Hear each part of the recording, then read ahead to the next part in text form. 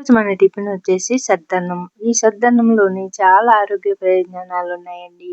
మన పూర్వీకులు మనకిచ్చిన గొప్ప వరం ఈ సద్దన్నం. ఈ సద్దన్నాన్ని చాలా ఈజీగా తయారు చేసుకోవచ్చు. ఈ వేసవిలో ఇలా తయారు చేసుకున్న ఈ సద్దన్నాన్ని తీసుకోవడం వల్ల చాలా ఆరోగ్య ప్రయోజనాలు ఉన్నాయి. మరి దీనికి కావాల్సినవి ఇప్పుడు చూసేద్దాం.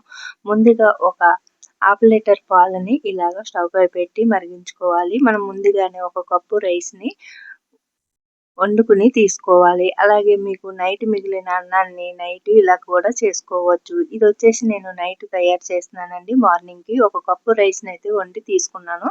అలాగే ఈ వండి తీసుకున్న ఈ రైస్ చల్లారిన తర్వాత దీంట్లోకి మరిగించి చల్లారబెట్టుకున్న పాలనేసేసి ఒక స్పూను పెరుగును కూడా వేసి ఇలాగ తోడు పెట్టుకోవాలి. ఈ పాలు, ఈ పెరుగు కూడా పొద్దుటికి మనకి మంచిగా పెరుగు కింద తోడుకుంటాయి.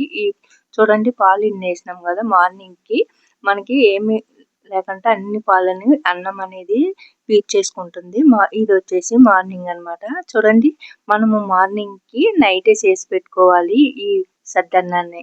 ఇలా చేసుకోవడం వల్ల చూడండి ఇప్పుడు మార్నింగు సాల్ట్ అనేది సరిపడా సాల్ట్ వేసేసుకుని దీనిపైన ఇలాగ ఉల్లిపాయ పచ్చిమిర్చి తోటి గార్నిష్ చేసుకోవాలి. ఇవి నైట్ కూడా వేసుకోవచ్చండి పచ్చిమిర్చి.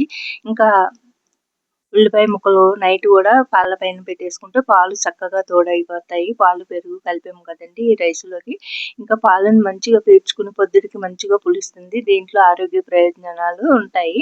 ఇలా పులియడం వల్ల ఇది మార్నింగ్ టిఫిన్‌కి ఉండేటట్టయితే నైటే చేసి పెట్టుకోవాలి. ఇది వచ్చేసి నేను నైట్ చేసుకున్నానండి. ఇప్పుడు మార్నింగ్ అయితే చక్కగా పెరుగన్నం అయితే రెడీ అయిపోయింది. చాలా కలర్‌ఫుల్‌గా కనిపిస్తుంది కదండి. టేస్ట్ కూడా చాలా బాగుంటుంది. ఇలాగా ఇది తీసుకోవడం వల్ల మన ఒంటికి చల్లదనాన్ని ఇస్తుంది. ఒంట్లో ఉన్న వేడిని పారదోలి మనకు కడుపుకి చల్లదనాన్ని ఇస్తుంది. చాలా ఆరోగ్య ప్రయోజనాలు ఉన్నాయి. ఈ రెసిపీ మీకు నచ్చితే లైక్ చేసి, షేర్ చేసి మన ఛానల్‌ని సబ్స్క్రైబ్ చేసుకోండి.